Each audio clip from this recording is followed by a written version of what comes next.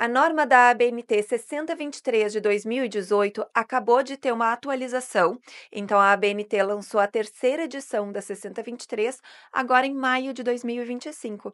E eu já estou aqui gravando o vídeo no canal para deixar o conteúdo sempre atualizado, sempre tratando das normas mais atuais da ABNT.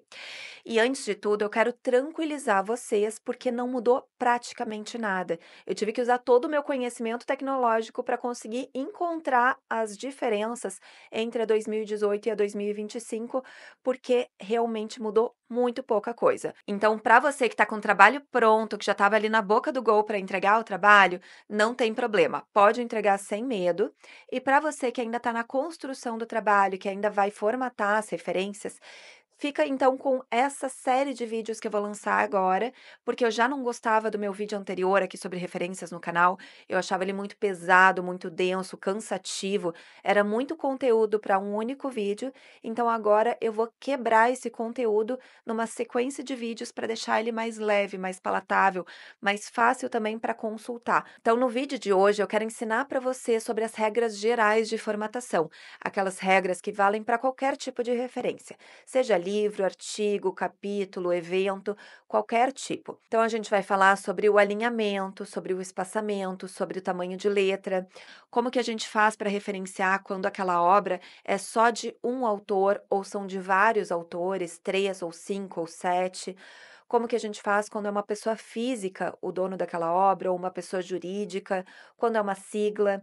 Então, tudo isso a gente vai tratar no vídeo de hoje. E depois disso, a gente vai ter uma série de vídeos, então, cada um ensinando um conteúdo separado.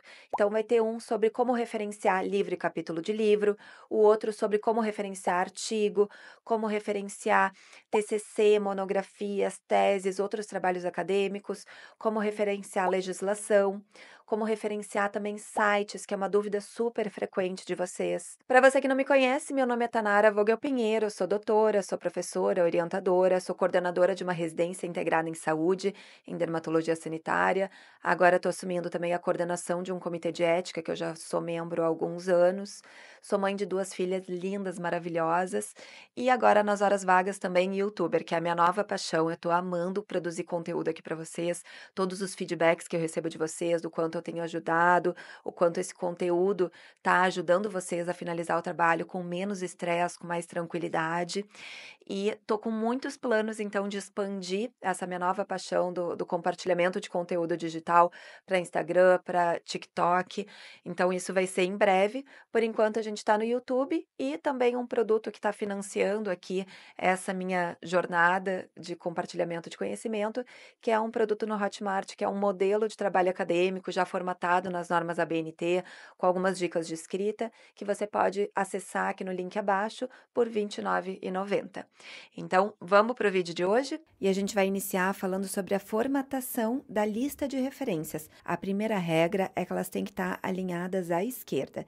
Então, eu vou mostrar aqui esse exemplo para vocês da ABNT, onde a gente vai ver que parece que tem uma régua aqui na linha da esquerda, antes das referências, e na direita a gente não vai ter esse alinhamento. Cada linha vai finalizar numa altura diferente. A segunda regra vai ser sobre o espaçamento. Então, diferente do restante do trabalho, quando a gente vai ter um espaçamento de 1,5, aqui na lista de referências a gente vai ter um espaçamento simples, ou seja, de 1,0. E entre cada referência, a gente vai ter uma linha em branco, também de espaçamento simples. Então, voltando aqui para o exemplo, a gente vai ver o espaçamento entre as linhas e o espaçamento entre as referências. Já quando a gente fala em referências colocadas em notas de rodapé ao longo do trabalho, a formatação vai ser um pouco diferente. A ABNT nos traz que essas notas de rodapé também vão estar alinhadas à esquerda, mas a partir da segunda linha, em referências que ocupam mais de uma linha, a gente vai ter um alinhamento abaixo da primeira letra da primeira palavra. Isso é para destacar o número da nota de rodapé, sem a necessidade de um espaço entre elas. Então, a gente não vai ter espaço entre as referências, mas a gente vai ter os números das notas de rodapé em destaque. Então, aqui a gente tem esse exemplo da referência 5 de Minayo, em que o N da segunda linha não vai estar alinhado à esquerda, aqui junto com o 5, e sim abaixo do M de Minayo. E quando a gente fala da ordem da lista de referências, a maioria dos alunos acha que a gente só pode usar o sistema alfabético, que realmente é o sistema mais usado e é o mais fácil. Então, nesse sistema, a gente vai citar no texto a autoria e o ano, e lá no final, na lista de referência, a gente vai ordenar esses autores em ordem alfabética. Mas a ABNT também nos permite fazer a referência no sistema numérico. Então, no sistema numérico, as referências elas vão ser numeradas de acordo com a ordem em que elas aparecem no texto pela primeira vez. Então, se a referência 2 aparece novamente lá no final do texto, ela vai ter que continuar sendo 2. A gente só pode ter um número para cada referência e elas vão ser colocadas na lista nessa mesma ordem. Então, no texto, essa citação vai ser apenas um número, assim como é a referência de Vancouver, por exemplo, e lá no final, as nossas referências não vão estar ordenadas em ordem alfabética, e sim nessa ordem dos números. E aqui eu só vou fazer um pequeno comentário que a gente precisa ter uma organização muito grande para a gente trabalhar com as referências no sistema numérico.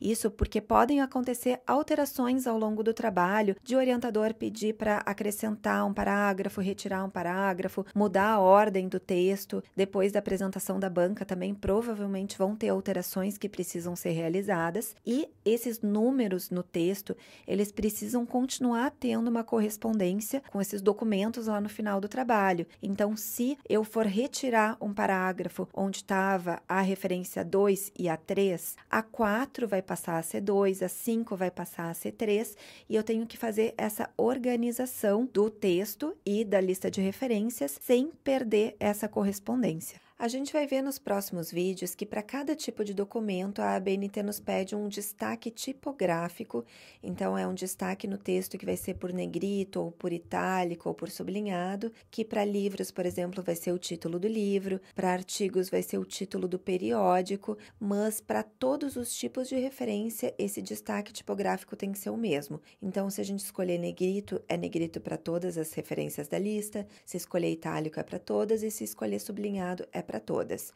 Então, para ilustrar, eu trago aqui esse exemplo da ABNT, onde todas as referências da lista têm o destaque tipográfico em negrito. No item 6.4, a ABNT nos traz que a pontuação também deve ser uniforme para todas as referências. Entre o título e o subtítulo, a gente sempre vai usar 2 pontos, e aqui mais um destaque que o título, quando estiver em negrito, o subtítulo não fica em negrito. E nas normas onde a ABNT pede para a gente indicar o local de publicação, a ABNT está nos falando sobre a cidade, mas quando não houver cidade, a gente pode indicar o estado ou o país quando tiver essa indicação na obra. Quando não fala sobre nenhum local no documento, mas a gente consegue identificar, por exemplo, um documento do Ministério da Saúde, que a gente sabe que os documentos do Ministério da Saúde são produzidos em Brasília, então a gente pode colocar Brasília entre colchetes. Quando a gente coloca entre colchetes, isso indica que essa informação não está no documento, mas a gente está indicando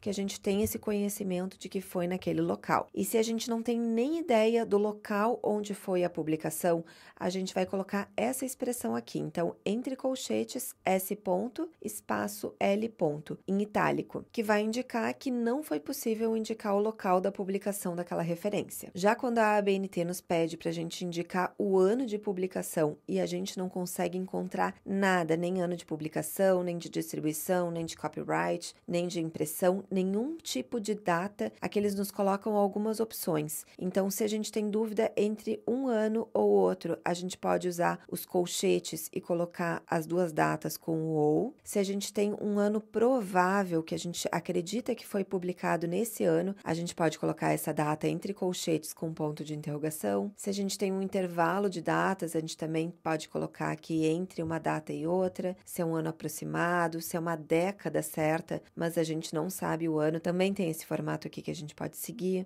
ou se é uma década provável, a gente não tem certeza da década, a gente também pode colocar nesse modelo aqui. E no final, a ABNT também nos traz uma lista de abreviaturas, então qual que é a abreviação correta para quando a gente precisa utilizar essas expressões na nossa referência. E entrando agora no nosso último bloco do vídeo de hoje, a gente vai falar sobre autoria. Então, a ABNT nos diz que quando a gente tem uma pessoa física responsável por aquela obra, a gente vai referenciar ela pelo último sobrenome em letras maiúsculas, e isso então ficou diferente da citação. A última norma de citação nos diz que lá no texto a gente não vai mais colocar aquele sobrenome do autor todo em letra maiúscula, vai ser a primeira letra maiúscula e as seguintes minúsculas. E lá nas referências, sim, a gente segue colocando o sobrenome do autor todo em caixa alta, vírgula, e aí a gente vai ter duas formas. Então, ou a gente vai colocar o nome e os demais sobrenomes do autor por extenso ou abreviado. E isso a gente vai ter que padronizar para toda a nossa lista de referências. Quando é uma obra com mais de um autor, a gente vai separar os autores por ponto vírgula. Quando a gente tem até 3 autores, a gente deve indicar o nome de todos eles. Quando a gente tem 4 ou mais autores, a ABNT continua indicando que a gente coloque todos os autores daquela obra,